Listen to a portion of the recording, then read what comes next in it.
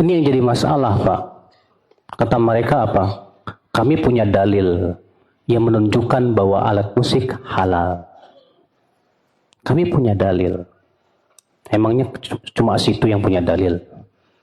Kami juga punya dalil, ya, bahwa alat musik itu halal. Nah, inilah kita akan paparkan apa dalil mereka. Lalu kita akan bantah satu persatu insya Allah.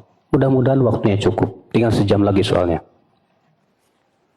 Ikhwatul Islam, azakumullah wa iyyakum.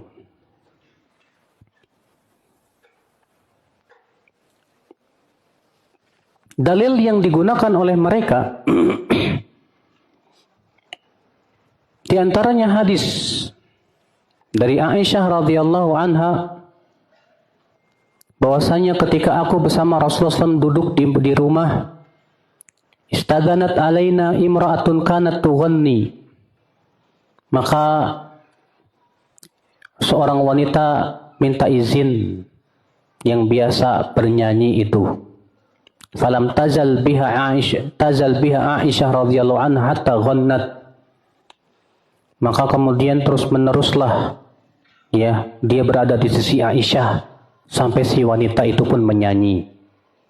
Falamma ghannat ista'dzana Umar bin Khattab radhiyallahu an. Falamma ista'dzana Umar alqat al-mughanniyah ma kana fi yadiha wa kharajat. Kemudian ketika si wanita ini sedang menyanyi, Umar bin Khattab pun minta izin untuk masuk. Ketika tahu Umar yang masuk, si penyanyi langsung membuang alat musiknya dan pergi. Ketakutan sama siapa? Sama Umar. Ya. Kemudian apa kata Dr. Al-Judai? Sanad hadis ini hasan. Dikeluarkan oleh Imam Al-Faqihani dalam Akhbar Makkah. Dari jalan Abdul Jabbar bin Al-Ward, ia berkata, aku mendengar Ibnu Abi Mulaikah berkata Aisyah. Lihat, antum kalau disodorin syubhat ini puyeng kan jawabnya apa ya? Benar juga ya, ada hadisnya ternyata. Ya akhul Islam azakumullah wa iyyakum. Baik. Kita akan bantah di sini. Bagaimana membantahnya? Ketahuilah ya akhul Islam azakumullah wa iyyakum. Ya. Pertama, kita ingin mengetahui sanadnya dulu. Ya, karena kan Al-Judai membawakan sanadnya kurang ini. Kita langsung rujuklah ke bukunya yang asli. Benar enggak diriwayatkan oleh Al-Faqihani dalam Akhbar Makkah dengan cara seperti itu? Baik. Ternyata Al-Faqihani berkata begini. Nah inilah Pak, pentingnya kita itu langsung rujuk ke buku aslinya. Jadi kalau antum baca di sebuah buku dan dia menyebutkan sebuah buku, kalau bisa rujuk langsung ke buku aslinya. Bener nggak yang dibawakan kayak gitu? Karena banyak syubhat itu akibat ngedit sendiri Pak, sesuai dengan keinginan dan hawa nafsu. Dia tulis di buku. Kita orang yang kurang kritis ketika baca buku itu langsung apa? Wah, ternyata dia punya dalil. Hasan lah gini hadisnya. Udahlah, ini masalah perselisihan ulama, nggak usah ribut. Alah, ini kan jadinya alay Pak. Ya. Kenapa? Karena nggak mau lihat bagaimana hakikat sebenarnya.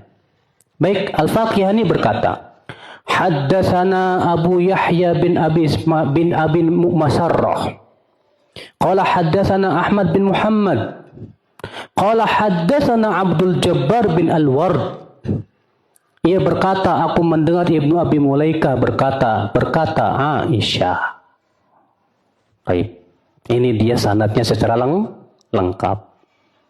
Ini sanad batil.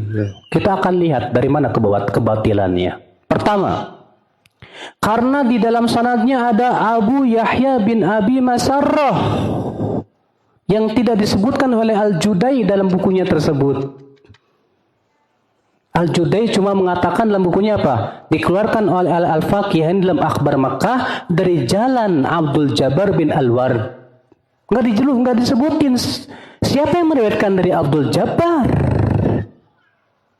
Ini namanya Pak, ya, berusaha untuk menipu orang.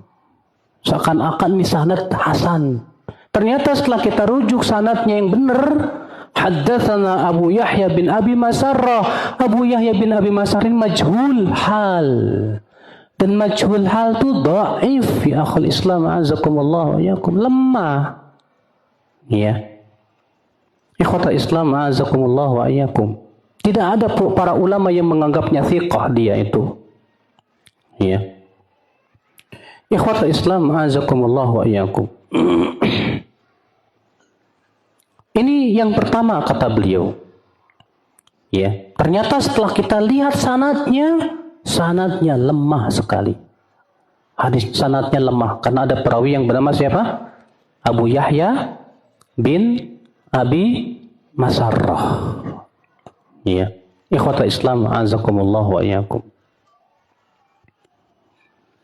Kemudian yang kedua, Imam Al-Khatib Al-Baghdadi meriwayatkan kisah ini juga dengan sanadnya dalam Tarikh Baghdad dari Ibnu Abi Mulaikah dari Aisyah.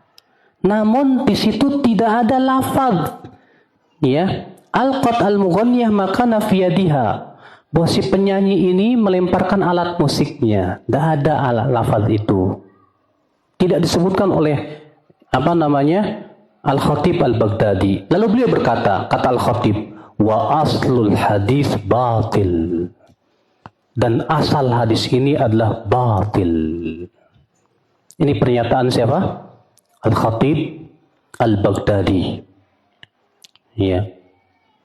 Yang ketiga, sanad hadis ini juga ya lemah. Kenapa? Karena ada perawi lain. Siapa itu? Abdul Jabbar bin Al-Ward. Ya, Abdul Jabbar bin Al-Ward ini juga dhaif ya akhal Islam azakumullah wa yakum.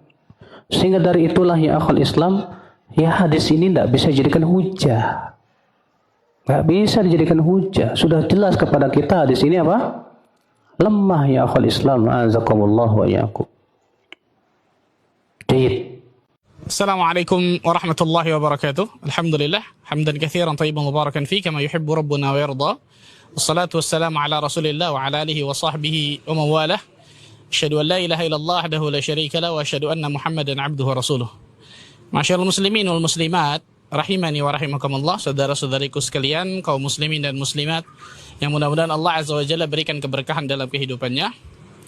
Di belakang kita lihat bersama bangunan yang alhamdulillah, bangunan tahfidz Al-Quranul Karim, tahfidz Imam Nawawi yang berdiri di Jakarta Timur ini, alhamdulillah sudah melakukan pengecoran di lantai 2 dan masih banyak membutuhkan bantuan dan juga doa dari antum semua. Maka kami berharap agar antum semua Allah gerakkan hatinya untuk bisa menginfakkan kelebihan dari harta antum yang Allah Azza wa Jalla titipkan kepada diri antum. Rasul sallallahu alaihi wasallam bersabda, "Man bana masjidan, banallahu lahu baitan fil jannah." Barang siapa yang membangun masjid di atas muka bumi ini, maka Allah Azza wa Jalla akan bangunkan bagi dirinya rumah di surga, istana di surga, Masya Allah. Dan alhamdulillah pesantren ini di bawahnya nanti insya Allah ta'ala akan ada rumah ibadah berupa musalla, lantai 1 dan juga setengah lantai 2. Baru kemudian di lantai selanjutnya akan ada boarding, itu akan ada asrama dari santri.